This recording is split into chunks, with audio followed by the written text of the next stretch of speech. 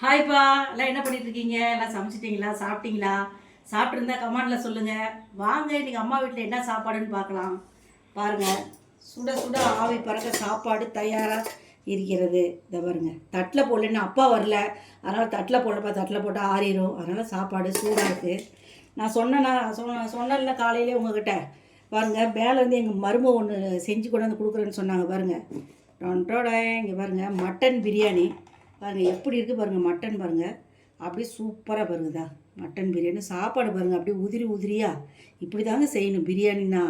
இந்த மாதிரி செஞ்சால் தான் அப்படி பார்க்கும்போதே இப்போ உடனே எனக்கு பசி எடுக்குதுங்க. பாருங்கள், மட்டன்லாம் பாருங்கள் அருமையாக வெந்திருக்குதுங்க. மட்டன் இங்கே பாருங்க, பஞ்சு மாதிரி வெந்திருக்குதுங்க. சூப்பராக செய்வா. ஆனால் வந்து கொஞ்சமாக தான் செய்ய தெரியும். நிறைய 2 கிலோ 2.5 கிலோ இந்த மாதிரிலாம் செய்ய தெரியாது. அதனால் இன்றைக்கி மட்டன் பிரியாணி சூப்பராக ஒரு பிடிச்சிடலாம். அப்படியே மூடி வச்சிட்றேங்க. ரசம், தக்காளி ரசம் வச்சுருக்கேன். இந்த பிரியாணி மட்டன் பிரியாணிக்கு தயிர் பச்சடி பாருங்கள், அருமையான தயிர் பச்சடி.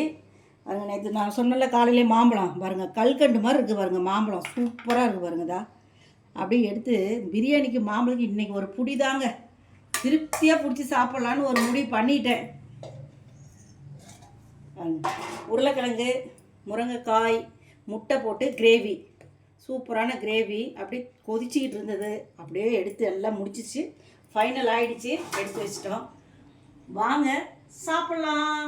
இன்றைக்கி பிறந்த நாள் திருமண நாள் உள்ளவங்களுக்கு வாழ்த்து தெரிவிச்சுக்கிறேன். பாய்.